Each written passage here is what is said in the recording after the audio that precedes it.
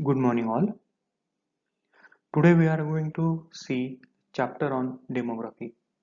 I am Dr. Kharde Anup, Associate Professor, Department of Community Medicine.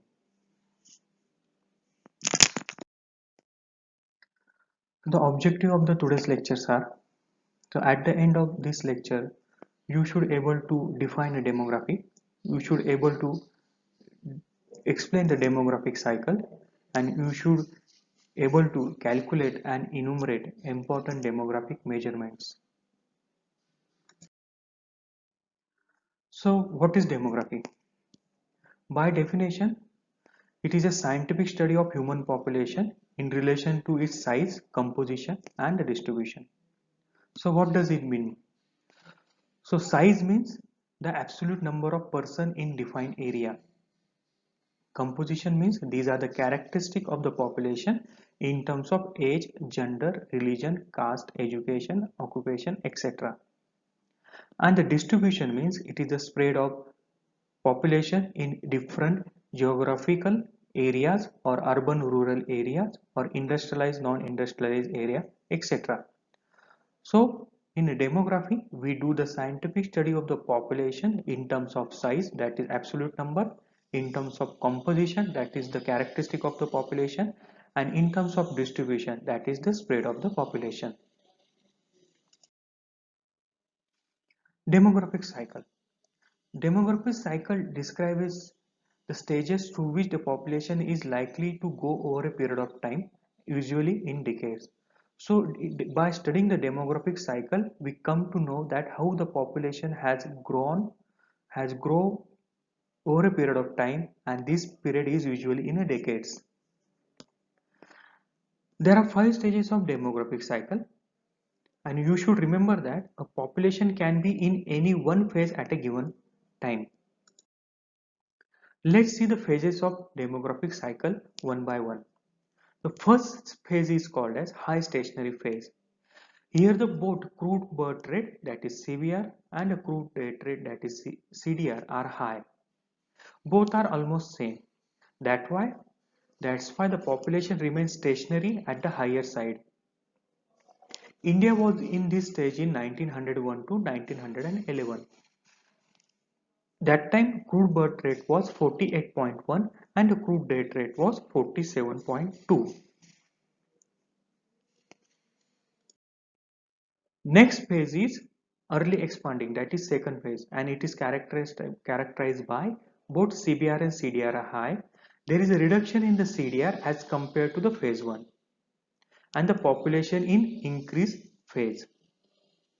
India in this stage in 1921 to 1940.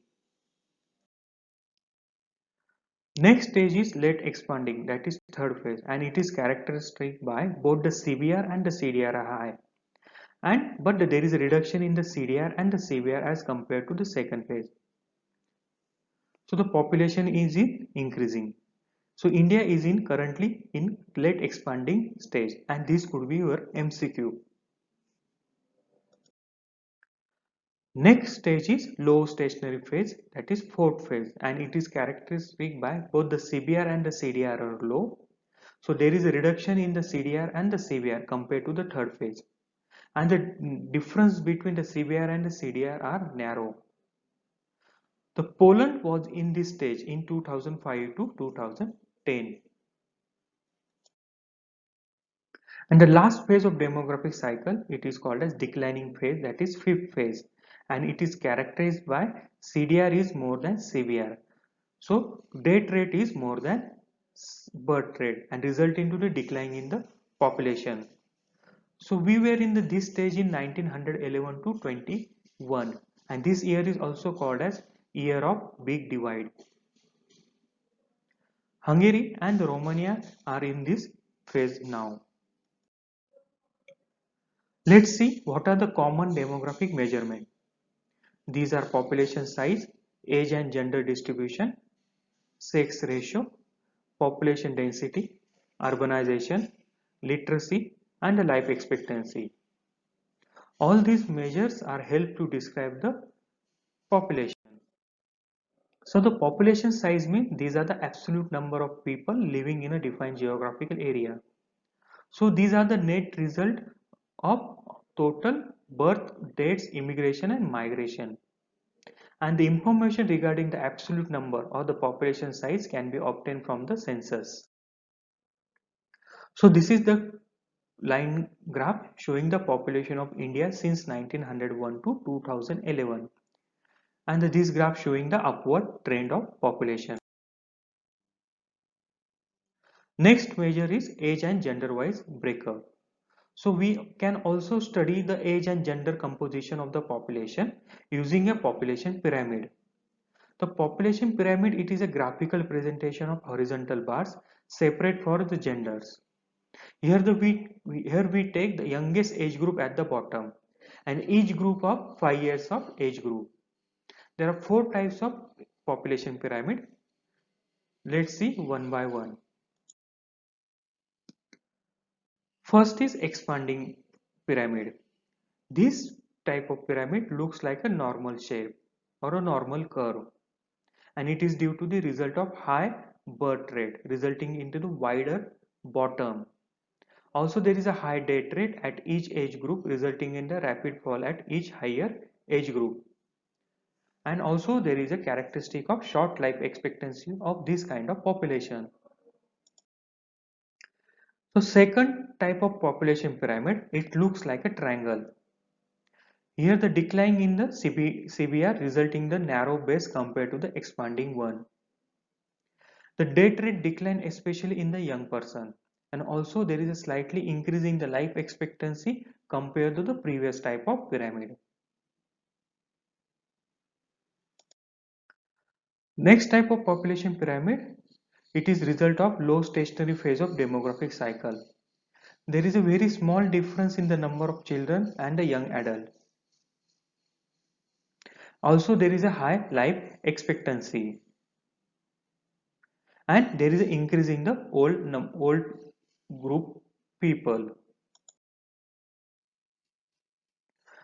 Next type of pyramid is of declining. It looks similar to the stationary phase, that is the previous type. Its bottom is different from the previous one because it comparatively narrow than the previous one, and it is due to the CBR is less than CDR. The result of declining phase of demographic cycle, and here the long people have the longest life expectancy compared to the previous three populations. This is the population pyramid of India of 2011. So you can make out that India's population pyramid is the widest at the bottom because we have the larger number of young generation. Next measurement is the sex ratio. So sex ratio is number of female per 1000 male. That is number of female divided by the number of males multiplied by 1000. In three different ways we can calculate the sex ratio. Sex ratio can be calculated for the entire population or for the child population below 6 years or sex ratio at the birth. India constantly been less than 1000 sex ratio. And always remember when it is not specified, the sex ratio means sex ratio at birth. Lowest sex ratio at birth indicate the selective female feticide. And in India, Kerala and Pondicherry are only states in India which has the highest sex ratio, that is about 1000. So this is the sex ratio graph of India since 1901 to 2011. So you can make out that we are consistently in sex ratio is less than 1000. Next population measurement is population density. It is the number of persons living in a per square kilometer area. And what is this implication? If it is more than 400, the area is eligible to included in the urban area. And India's population density has increased from 70 in 1901 to 382 in 2011. So Bihar, West Bengal and Kerala are the top three states of in a population density. and Delhi, Chandigarh and Pondicherry are the top 3 union territories in the population density.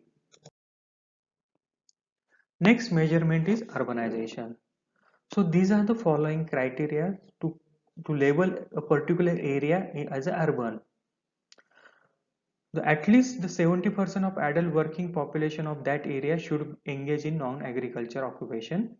The population density of that area should be more than 400 per square kilometer, and the population should be minimum 5,000. Or government can also declare an urban it as an urban. So based on these criteria, we can label it area as a urban. So proportion of the urban population to the total population, in India it increased from 10.34% to 31.16% in 2011. Goa has highest urban population and it's rank 1. The lowest among the states in urbanizations are Himachal Pradesh followed by Bihar.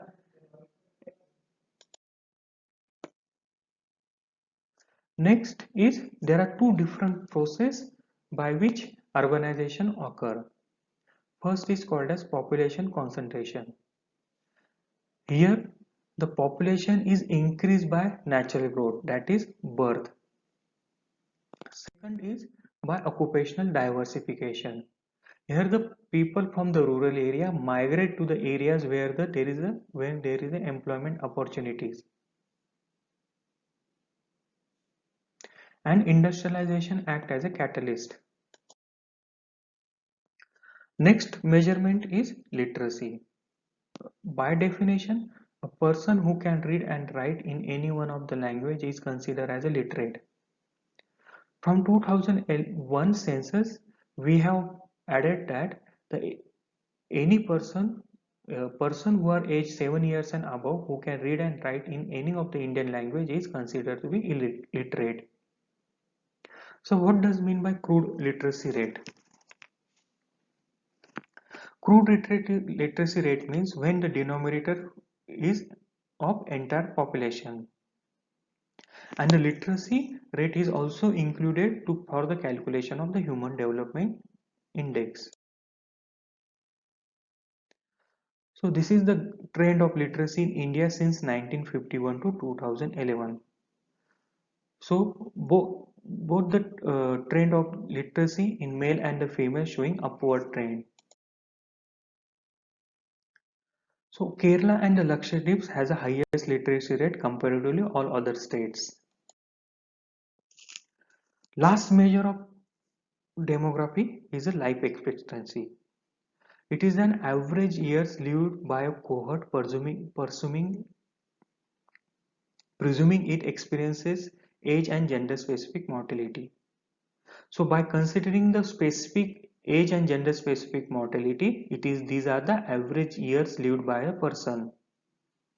And it can be calculated separately from the males and the female. Life expectancy at birth is lower than at 1 year if the infant mortality is high. And like literacy, life expectancy also used to calculate the Human Development Index.